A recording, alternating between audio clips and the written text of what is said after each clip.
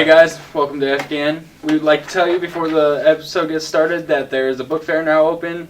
You got to go to bookfairs.scholastic.com/homepage/Louisa Elementary School if you want any books. And to remember that next week's parent-teacher conferences, and there should be a throwback at the end of this episode for everybody. And there's a library survey, so go by the library and see what that's all about. Hello and welcome to The Inner Brain. Fun psychology fact, pretending to be okay is a defense mechanism of the mind, a person's way of attempting to remain strong.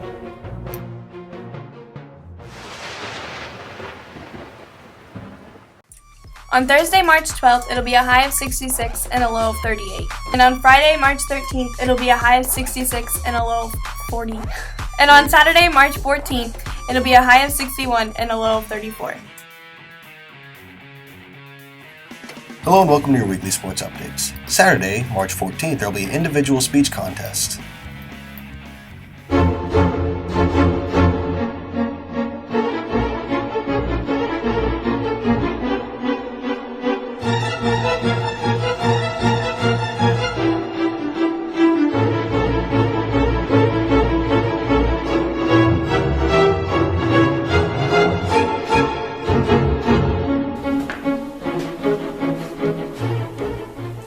Alfred Hitchcock, deemed some as the master of suspense, deemed as a weird, horror-centric man by others.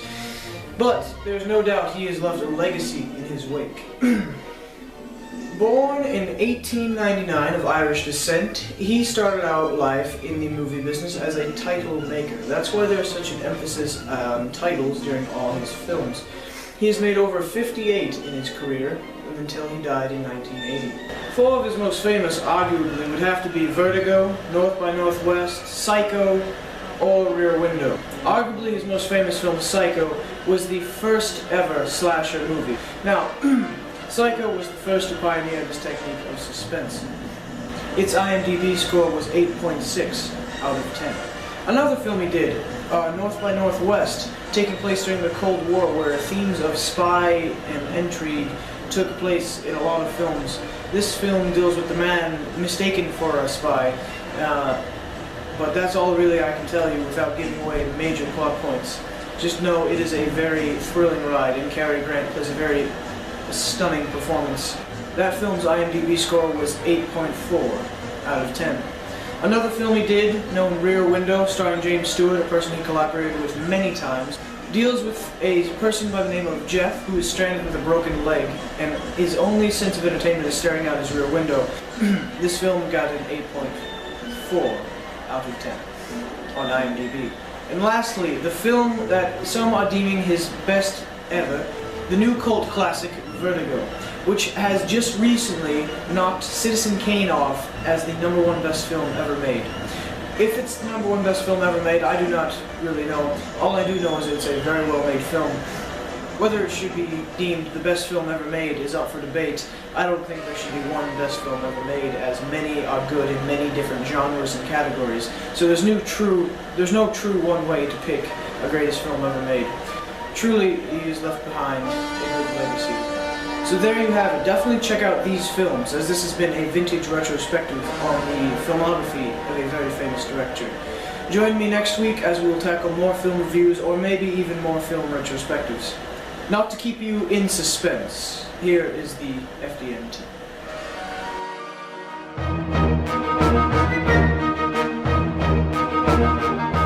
For this week's book review, I did a book called Win by Victoria Laurie. It's about this girl named Maddie Finn, and she has an ability no one really knows about until like the middle of the book, but she can see numbers on top of everyone's head. It's just a series of numbers, and she finds out what those numbers mean after her dad dies, because she finds out that the numbers are when they're going to die, like the exact date and year and month of when they're going to die. And her mom finds out about this power, and she starts to make her use this power to get extra money, because she's an alcoholic mom and she needs money for like alcohol and stuff. Well, as she's going with it, she starts to see that a young boy his death date's coming up soon, and he goes missing on the day he's supposed to die. Well, they do a investigation on it, and she's the main suspect because they think she did it, just to make sure that the death date was the right date. She wants to find out who took the boy so she can maybe save him. And her real question was, will she get out of the investigation or not? Like, will she go to jail, or will she be able to stay out of jail and be able to still help people figure out when their family members are going to die? A lot of people on Goodreads, it was kind of a toss-up. Some people liked it, some people didn't. Yeah, I guess it all kind of depends on your look on the book. I did One of the Guys by Lisa Adlin. It's about this girl named Toni Valentine, and she's kind of like a tomboy. All of her best friends are boys, and she kind of grows up with all these guys, and they're like her best friends. Well, she enrolls in a school that is just all girls, and she becomes really good friends with one of them, and that she kind of tells her that she's not really good with guys, like she doesn't know how to act in front of them, and Toni told her that she would help her set up a fake date, and that kind of like started up a business that she had an idea for. She would ask all of her guy friends to go on like fake dates for like all these girls at this school, and she came up with this business called Rent a Guy, where you could pay and you could go on a fake date with one of her guy friends. Well, the business was going really well until she started to have feelings for one of the guys that were going on dates, but he was one of the most popular ones to go on a date. Everyone wanted him. But she has to decide if she wants to keep going with the business and get over her feelings, or if she's going to risk her business and try to find love with him. People said it was a nice fluffy book. Like it had a lot of romance and stuff and decisions, and it was a good book to read in the afternoon when you had free time. So I think everyone should go check it out.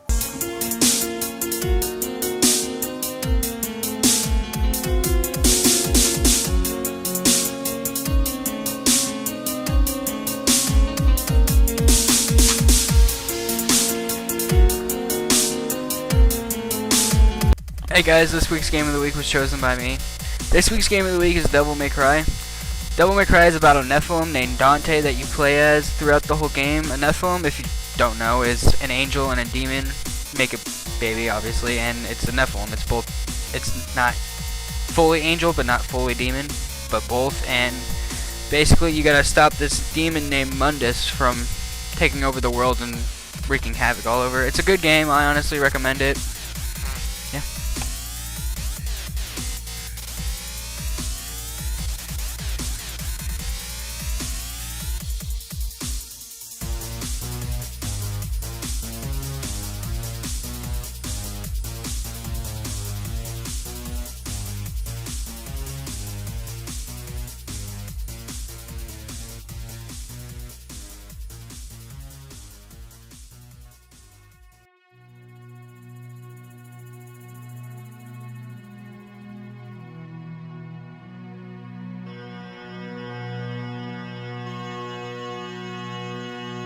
It's that time of year again. Parent-teacher conferences are coming up on Tuesday, March 17th and Thursday, March 19th, 4:30 to 8 on both days.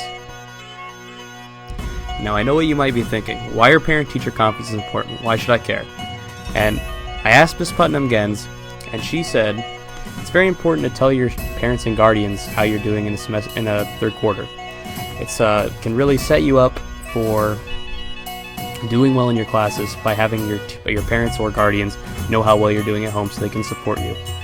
If you're having a tough time in school, they can really help you get things straight, and a teacher knowing that you're having problems, because they may not always notice, could be very beneficial. So next time you think about maybe blowing off parent-teacher conferences, think about the fact that it could really help you. Here are a few reasons why I personally think it's important to participate in your parent-teacher conferences. Maybe if there's a teacher you don't really get along with, or maybe they don't even get along with you, that you can understand each other a little bit better. And sometimes they offer extra credit for you to come in and just do parent-teacher conference stuff. And it really helps because if you have a one-on-one with your teacher, you can really understand what the class is about. It helps just to talk to the teacher because it also shows that you have initiative for the class and you want to learn and get better. If you have questions prior to parent-teacher night, administration and guidance staff are available to talk to if you ever need help, so go talk to them.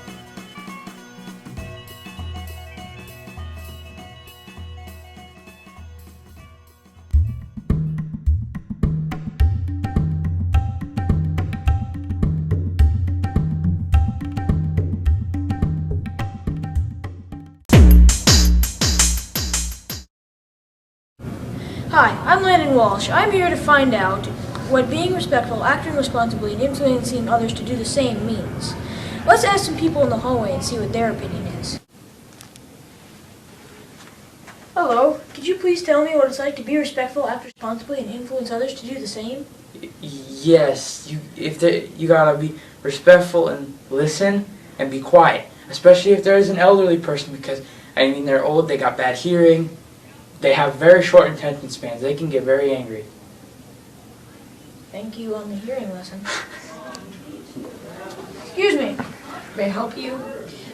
I'm reporting on what it's like to be respectful, act responsibly, and influence others to do the same is like. Could you tell me? One moment. Hello? No, I don't want ice cream. What are you talking about? Goodbye. Thanks for watching.